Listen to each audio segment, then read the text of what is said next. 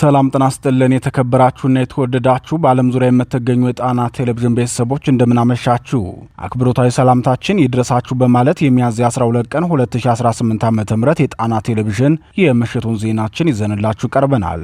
እስከ መጨረሻው አብራችሁን ቆዩ በማለት የሰዓቱን ዜናዎች ዋና ዋናዎቹን አስቀድመን እናስደምጣችኋለን።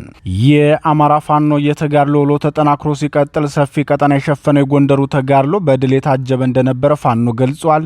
ከአድርቃይ እስከ ክምር ድንጋይ በሸፈነው ውጊያ የተገኙ ድሎችና ተጋድሎዎችን በዜናችን እናስደምጣችኋለን። ቀዳሚው መረጃችን ነው። አስቀድሞም በዘመቻ ስምሪት ስህተት እርስ በርሱ የተገዳደለ የብልጽግናው ሰራዊት ከቀትር በኋላ በተከፈተበት ውጊያ 120 አባላቱ ሙሉ በሙሉ ከጥቅም ውጭ ሆኖበታል። ፋኖም ከ50 በላይ የነፍስ ወከፍ መሳሪያን በእጁ ያስገባበት በድል የታጀበው ዕለቱ ውጊያ በፋኖ ቃል አቀባዩ ከግንባር በቀጥታ መረጃውን አድርሶናል። ይደመጣል። የዘር ማጥፋትና የጦር ወንጀል መፈጸም የዕለት ተዕለት ተልዕኮ ያደረገው የብልጽግናው ሰራዊት በሸዋ የተለመደ የጦር ወንጀሉን ፈጽሟል። የሸዋ አደገኛ ወንጀል ምን ይመስላል? የአካባቢው ነዋሪዎችስ ምን አሉ? በሰዓቱ ዜናችን ታደምጡታላችሁ። ጦርነትን ባህላዊ ጨዋታ የሚለው ህወሓት ለሌላ ዙር ጦርነት መዘጋጀቱ ያሳስባቸው የትግራይ ክልል ወጣቶች ስደትን ምርጫቸው ሲያደርጉ የወጣቶች ስደት የሰራዊት ምልመላ እጥረት ይገጥመኛል ብሎ የሰጋው ህወሓት በበኩሉ ኮብላዮች ከትግራይ መውጣት አይችሉም፣ ኬላ ላይ የምታገኙትን ምቱ ብሎ ለታጣቂው ስምሪት ሰጥቷል። በሰዓቱ ዜናችን በልዩነት የተመለከትነው መረጃ ነው። ሰዓቱ ሲደርስ ይቀርብላችኋል። የተወደዳችሁና የተከበራችሁ የጣና ቴሌቪዥን አድማጭ ተመልካቾቻችን እነዚህንና ሌሎች የግንባርና የትንታኔ ዘገባዎችን ይዘናል። እስከ ዜናዎቻችን ፍጻሜ ድረስ አብራችሁን እንድትቆዩ እየጋበዝን ወደ ዝርዝር ዜናዎቹ እናልፋለን።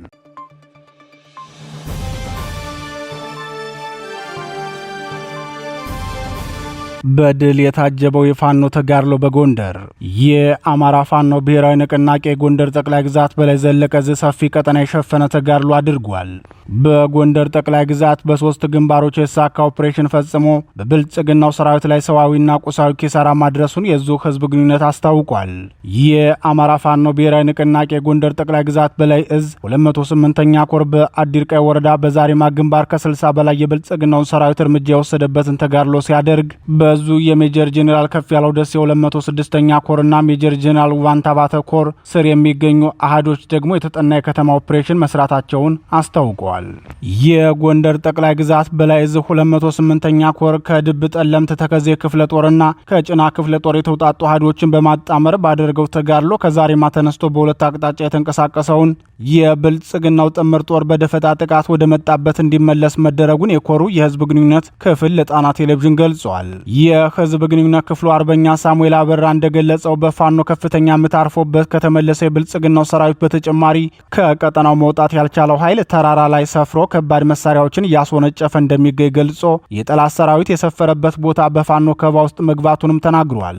በውጊያው በስም ያልተገለጸ አንድ ከፍተኛ ማዕረግ ያለው የብልጽግናው ሰራዊት አዛዥን ጨምሮ ሌሎች የሻለቃ አዛዦችና በርካታ እግረኛ ሰራዊቱ ላይ እርምጃ ተወስዶባቸዋል ብሏል። ከሞት የተረፈው የብልጽግናው ሰራዊት የተመቱ አባላቱን አስከሬንና የተጎዱ አባላቱን በመያዝ ከበባውን ሰብሮ ለመውጣት ሙከራ እያደረገ ቢሆንም ፋኖ ቀለበት ውስጥ አስገብቶ ወታደራዊ ገዢ ቦታዎችን ከልክሎታል ተብሏል። የ208ኛ ኮር ህዝብ ግንኙነት ኃላፊ አርበኛ ሳሙኤል አበራ በውጊያው የተገኙ ድሎችን በዝርዝር ሲገልጽም ከ40 በላይ የብልጽግናው ሰራዊት እርምጃ የተወሰደባቸው ሲሆን 20 የባዲን አድማ ብተናና ሚልሻዎችን በዚሁ ጥቃት መሞታቸውን አስታውቋል። በዚሁ ግንባር አንድ የአድርቃይ ወረዳ የብልጽግና ካድሬ እርምጃ እንደተወሰደበት የገለጸው የህዝብ ግንኙነት ክፍሉ ሁለት ኦራልና አንድ አይሱዚ የሚሆን የብልጽግናው ሰራዊት ከፍተኛ ጉዳት አስተናግዶ ወደ ደባርቅና አድርቃይ ሆስፒታል ገብቷል ብሏል።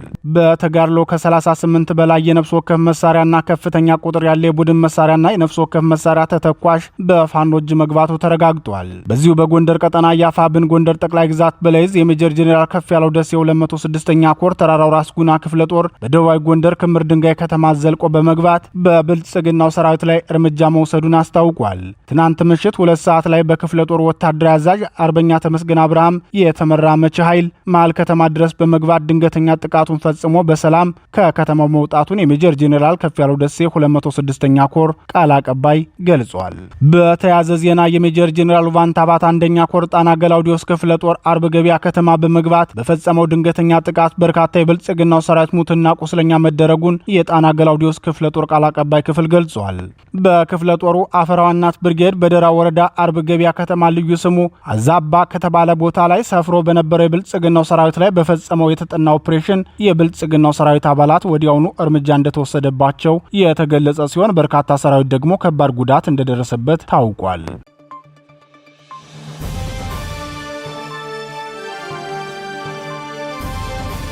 ሁሉም ከኛ ጋር ናቸው። ፋኖ የአማራ ፋኖ ብሔራዊ ንቅናቄ ጎንደር ጠቅላይ ግዛት በላይ ዕዝ አስቻለው ደሴ 204ኛ ኮር በአዲስ ዘመንና እብናት ባደረገው ተጋድሎ ታላቅ ድል ተቀዳጅቷል። አስቀድሞም ቢሆን በውጊያ ስምሪት ስህተት የተነሳ እርስ በርሱ የተዋገው የብልጽግናው ሰራዊት ከቀትር በኋላ በተካሄደ ውጊያ በርካታ ሰራዊቱ በፋኖ ተመቶበት ከፍተኛ ኪሳራ ደርሶበታል። የአስቻለው ደሴ 204ኛ ኮር ምክትል አዛዥ አርበኛ ጌቴ መሳፍንት የመራው ውጊያ በኮሩ ስር የሚገኙት ጄኔራል ፈንታ በላይና ፋሲል ክፍለ ጦር በጥምረት ያካሄዱት ውጊያ ከአዲስ ዘመን አምቦ ሜዳ ቦረን መስክና ከብናት ዘሃ ቦረን መስክ ድረስ በሁለት አቅጣጫ የተካሄደው የዕለቱ ውጊያ የብልጽግናው ጦር የተንቀሳቀሰው የሁለቱን ክፍለ ጦሮች ለማፈን ነበር። በዚህ መልኩ ወደ ቀጠናው የግዳጅ ስምሪት ተሰጥቶት የገባው የብልጽግናው ሰራዊት የሁለቱ ክፍለ ጦሮች የተቀናጀ ብርቱ ውጊያ ከ70 በላይ የብልጽግና ሰራዊት እርምጃ ተወስዶበታል። 20 ደግሞ በፋኖ እጅ ሲገቡ ከ30 በላይ ደግሞ ቁስለኛ መሆናቸው ተገልጿል። በዕለቱ ውጊያ ከ50 በላይ የነፍስ ወከፍ መሳሪያ ገቢ መደረጉን የገለጸው የኮሩ ቃል አቀባይ አርበኛ ባንቴ ጌትነት አሁን ባለው ሁኔታ ቀጠናው በጄኔራል ፈንታ በላይ ክፍለ ጦርና አጼ ፋሲል ክፍለ ጦር ቁጥጥር ስር ነው ብለዋል። የአማራ ፋኖ ብሔራዊ ንቅናቄ ጎንደር ጠቅላይ ግዛት በላይ ዘለቀ ዕዝ 204ኛ አስቻለው ደሴ ኮር የህዝብ ግንኙነት ኃላፊ አርበኛ ባንቴ ጌትነት ተጋድሎን አስመልክቶ ለጣና ቴሌቪዥን የሰጠው ማብራሪያ ተከታትለን እንመለስ። በመጀመሪያ ተጋድሏችን ለህዝብ እንዲደርስ ስለምታደርጉልን ጣና ቲቪን ከልብ እናመሰግናለን። ባንቴ ጌትነት እባላለሁ። አፋብን ጎንደር ጠቅላይ ግዛት በላይ ዕዝ 204ኛ አስቻለው ደሴ ኮር ቃል አቀባይ ነኝ። እንግዲህ በዛሬው ዕለት ማለትም በቀን 12/08/2018 አፋብን ጎንደር ጠቅላይ ግዛት በላይ ዕዝ 204ኛ አስቻለው ደሴ ኮር የተሳካ የደፈጣ ኦፕሬሽን ፈጽመናል። ምናልባት በዛሬው ዕለት አስቻለው ደሴ 204ኛ ኮር ምክትል አዛዥ እንዲሁም የጄኔራል ፈንታ በላይ ክፍለ ጦር ዋና አዛዥ አርበኛ ጌቴ መሳፍንት የተመራ የ204ኛ አስቻለው ደሴ ኮር አካል የሆኑ ክፍለ ጦሮችን ማለትም ጄኔራል ፈንታ በላይ ክፍለ ጦርና ፋሲል ክፍለ ጦር በጥምረት በዛሬው ዕለት ከአዲስ ዘመን አምቦ ሜዳ ቦረን መስክ እንዲሁም ከብናት ዘሃ ቦረን መስክ በሁለት አቅጣጫ ጄኔራል ፈንታ በላይ ክፍለ ጦርና ፋሲል ክፍለ ጦርን ለማፈን ቀጠናውን ነፃ ለማድረግ እንዲሁም መሀሉን ነፃ በማድረግ ሬሽን እንደልቡ ለመቀባበል በተጨማሪም የደም ምርጫ ለማስፈጸም በማሰብ የተንቀሳቀሰው ወራሪ ኃይል በደፈጣ ተቀጥቅጧል። ምናልባት ማፈን አይደለም ለደቂቃ ቦታው ላይ መቆየት ሳይችል ምርኮኞችን፣ ቁስለኞችን እንዲሁም የሞቱትን ሳይሸክፍ እግሬ አውጪ ብሎ ትጥቁንም ተተኳሹንና አባላቱን አስረክቦ የተወሰኑ ከሞት የተረፉትን በዙ 23 አጅቦ በዘፈቀደ እየተኮሰ ወደ መጣበት ብናትና አዲስ ዘመን ተመልሷል። ምናልባት ከዛ በፊት በዚህ ኦፕሬሽን የተገኙ ድሎችን በዝርዝር አሁን ባለው ሁኔታ በዝርዝር በምርኮ ከ20 በላይ ወራሪ የጠላት ኃይል ተማርኳል።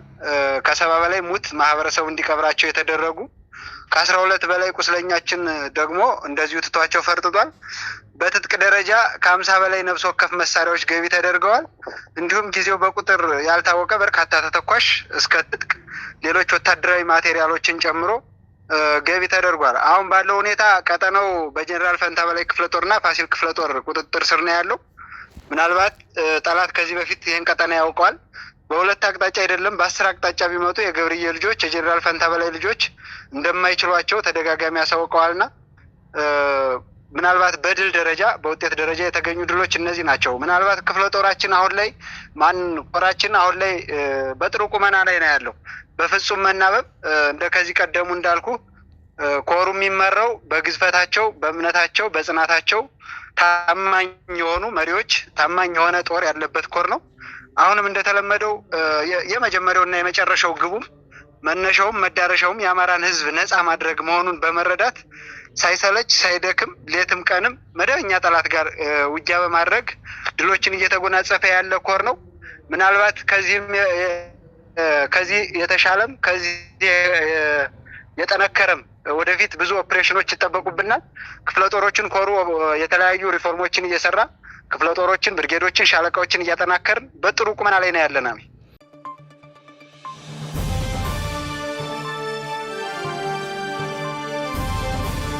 የብልጽግናው የጦር ወንጀል በሸዋ በአማራ ህዝብ ላይ የዘር ማጥፋት ጦርነት የከፈተ የብልጽግናው ስርዓት ለዚህ ዓላማው ያሰማራው ሰራዊቱ በሸዋ ጠቅላይ ግዛት የተለመደ የጦር ወንጀሉን ፈጽሟል። የበርካታ ንጹሐን አርሶ አደሮችን ሰብል በግፍ ማቃጠሉን የአካባቢው ነዋሪዎች ተናግረዋል። ይህ የብልጽግናው ስርዓት የጦር ወንጀልም በድሮንና በጀት እንዲሁም በምድር ሜካናይዝድ መሳሪያዎች ታግዞ በንጹሐን ላይ ከሚፈጸመው አስከፊ የጦር ወንጀል በተጨማሪ የረሃብ ጦርነት መክፈቱን ያሳየ ነው ሲሉ አስተያየት ሰጥተዋል። የአማራን ህዝብ በጦር መሳሪያ ማንበርከክ ያልቻለው ጸረ አማራው የብልጽግና ስርዓት አሁን ደግሞ ፊቱን ወደ ኢኮኖሚ ዘር ማጥፋት አዙሯል።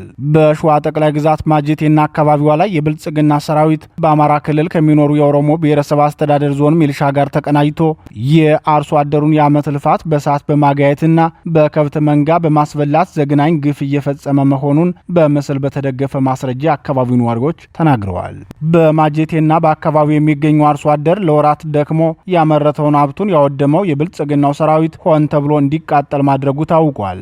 ይህን የጥፋት ዘመቻ የፈጸመው የኦሮሞ ብሔረሰብ አስተዳደር ዞን በብልጽግናው መከላከያ ሰራዊት የከባድ መሳሪያ ድጋፍ የሚታገዝ ሲሆን ዓላማውም በፋኖ እርምጃ የደረሰበትን ኪሳራ ለማካካስ በአርሶ አደሩ ንብረት ላይ የበቀል እርምጃ ለመውሰድ መሆኑን ነዋሪዎች ተናግረዋል። በዚህ መንገድ ሀብት ንብረታቸው የወደመባቸው የአካባቢው አርሶ አደሮች በሰጡት አስተያየት የዓመት ልፋታችንና የልጆቻችን ጉሮሮ በዓይናችን ፊት ወደመ ሲሉ በሐዘን ተሞልተው ተናግረዋል። ይህ የኦህዴድ ብልጽግና ቡድን በአማራ ህዝብ ላይ እየፈጸመ ያለው ግልጽ የኢኮኖሚ አሻጥርና የንብረት ውድመት ዓለም አቀፍ ሰብአዊ መርሆችን የጣሰና የህዝብን ህልውና አደጋ ላይ የጣለ የሽብር ተግባር ነው ሲሉ ሀሳባቸውን የገለጹት የአካባቢው ነዋሪዎች በድሮንና በጀት እንዲሁም በምድር ሜካናይዝድ መሳሪያዎች ታግዞ በንጹሐን ላይ ከሚፈጽመው ጅምላ ግድያ ባለፈ የረሃብ ጦርነት መክፈቱን ያረጋገጠ ነው።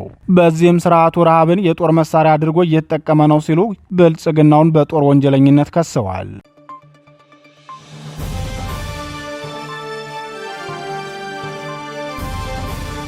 የትግራይ ተወላጆች ሽሽት በደብረ ጽዮንና በፈትለ ወርቅ ገብረ እግዚአብሔር ወይም ወንጀሩን የሚመራው የህወሓት አንጃ የኦሮሞ ብልጽግና ለትግራይ ክልል የመደባቸውን ጊዜያዊ አስተዳዳሪ አልቀበልም በማለት በመግለጫ ማሳወቁን ተከትሎ በክልሉ የጦርነት ስጋት አንዣቧል። ይህን ተከትሎም የክልሉ ተወላጆች ጦርነትን ሽሽት ከትግራይ ክልል እየወጡ መሆኑን የተለያዩ መገናኛ ብዙሃን ምንጮች ዘግበዋል። በትግራይ ክልል ጦርነት ሊቀሰቀስ ይችላል የሚል ስጋት ያደረባቸው በርካታ ወጣቶች ወደ አዲስ አበባና ጎረቤት ሀገራት መሸሻቸውንና ይህን ሽሽት ለመቀልበስ በትግራይ የጉዞ እገዳ እየተደረገባቸው መሆኑን የዘገበው ዋዜማ ሬዲዮ በህወሓትና ፌዴራል መንግስት መካከል የተፈጠረውን ውጥረት ተከትሎ የዳግም ግጭት መቀስቀስ ስጋት የገባቸው ወጣቶች ከትግራይ ክልል እንዳይወጡ መንገድ ላይ ተይዞ እስከ መመለስ የደረሰ እገዳ እየደረሰባቸው ነው ብለዋል። የክልል ወጣቶች በተከታታይ ወደ መሃል ሀገር መሸሽ በመቀጠላቸው ህገወጥ ስደተኞች ናቸው በሚል የእንቅስቃሴ ገደብ እያጋጠማቸው ነው። በየቀኑ ከክልሉ የሚወጡ ወጣቶች ቁጥር ከጊዜ ወደ ጊዜ እየጨመረ መሆኑ ለጦርነቱ የሚሆን የወጣት ቁጥር ማግኘቱ ያሳሰበው ህወሓት በተለያዩ ስልቶች ሽሽቱን ለመቀልበስ ጫና እየፈጠረ መሆኑ ታውቋል። በትግራይ ክልል ከቅርብ ጊዜያት ወዲህ በአመዛኙ ወጣቶች የሚበዙባቸው ትራንስፖርት ተሽከርካሪዎችን እንዳይንቀሳቀሱ እስከ መከልከል የደረሰ ገደብም ተጥሏል። በተለይ የጉዞ መስመራቸውን ወደ አማራና አፋር ክልሎች በኩል የሆኑ ተሽከርካሪዎች ወጣቶችን በብዛት ጭነው የህወሓት ኬላዎችን አልፈው መሄድ እንደማይፈቀድላቸው በድብቅ ተጉዘው አዲስ አበባ ከደረሱና ከዚህ ቀደም ከመንገድ ተይዘው ከተመለሱ ወጣቶች መስማቱን ዋዜማ ሬዲዮ በዛሬ ዘገባው አስነብቧል። ከተሳፋሪዎች መካከል በርከት ያሉ ወጣቶችን የጫኑ ተሽከርካሪዎች የኬላ ፍተሻ ጣቢያዎች ላይ ለሚገኙ የህወሓት ታጣቂዎች ገንዘብ ተከፍሎ ካልሆነ ማለፍ ፈታኝ መሆኑን ወጣቶች ተናግረዋል።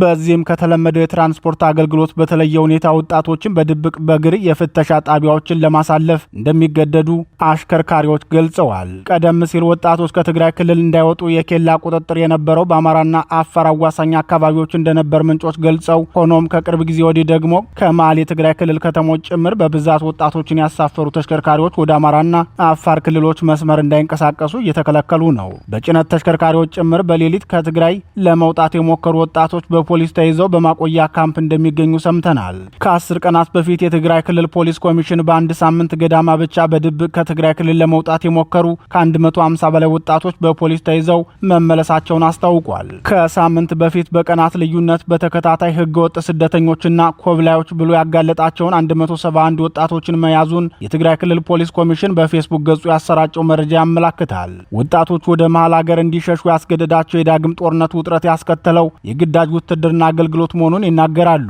በደብረ ጽዮንና ፈትለ ወርቅ ወይም ወንጀሩ ነው የሚመራው ህወሓት በየአካባቢው በተለያየ ስልት ወጣቶችን ለውትድርና በግዳጅ እየመለመለ መሆኑን ጣና ቴሌቪዥን በተከታታይ መዘገቡ ይታወሳል። ህወሓትና የብልጽግናው መንግስት ጸባቸውን በደቡብ አፍሪካ ፕሪቶሪያ ከፈቱ በኋላ በትጥቅ ማስፈታት ከህብረተሰቡ ጋር በመቀላቀልና መልሶ በማቋቋም የተሰናበቱ የቀድሞ የህወሓት ታጣቂዎች ጭምር በግዳጅ ተይዘው ወደ ህወሓት የታጣቂ ካምፕ እየገቡ መሆኑን ከክልሉ የሚወጡ መረጃዎች ያመላክታሉ። በዲዲአር የተበተኑና በራሳቸው ፈቃድ ወደ ሰላማዊ ህይወት የተመለሱ ወጣቶች በየአድራሻቸው በህወሓት ታድነው ከተገኙ በኋላ ወደ ታጣቂ ካምፕ እየተወሰዱ ነው። በተለይም በጦርነቱ ወቅት ተማሪዎች የነበሩ ተዋጊዎች በራሳቸው ፈቃድ በተናጠለ ራሳቸውን ከህወሓት ታጣቂ ቡድን አባልነት ያገለሉ ቢሆንም የዳግም ግዳጅ ውትድርናውን ሽሽት ከትግራይ ክልል ለመውጣት መገደዳቸውን ይናገራሉ።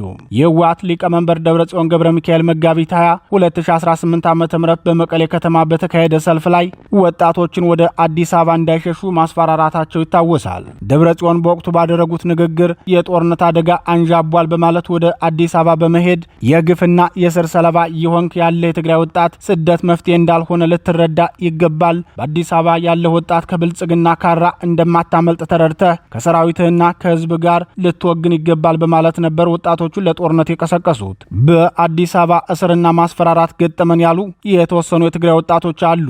በተለይ በቡድን ተከራይተው በሚኖሩበት አካባቢ ኤርትራውያን ናችሁ ተብለው ለቀናት በስር ያሳለፉ 4 ወጣቶችን አግኝተናል። አዲስ አበባ የደረሱ ወጣቶች የደህንነት ዋስትና፣ የስራ ዕድልና የተረጋጋ የመኖሪያ ምቹ ሁኔታ የሚያገኙበትን አሰራር ከመንግስት ጋር እየተነጋገረ የሚያመቻች ግብረ ኃይል መኖሩንም ዋዜማ ከታማኝ ምንጮቹ አረጋግጫለሁ ሲል ዘግቧል። ህወሓት በአክሱሙ ጉባኤው በ2012 ዓ.ም ያካሄድ ነው ምርጫ የ2.8 ሚሊዮን ድምፅ ነው ሊከበር ይገባዋል ብሎ በመወሰን የጄኔራል ታደሰ ወረደን ሹመት እንደማይቀበል ብለው ይፋ አድርጓል። ሆኖም ያኔ ህወሓት በምርጫው ተሳትፈዋል ካላቸው 2.8 ሚሊዮን የክልሉ ተወላጆች መካከል 1 ሚሊዮን የሚሆኑት ደብረጽዮንና ፈትለ ወርቅ ባይቀበሉትም በጦርነቱ መሞታቸው ታውቋል።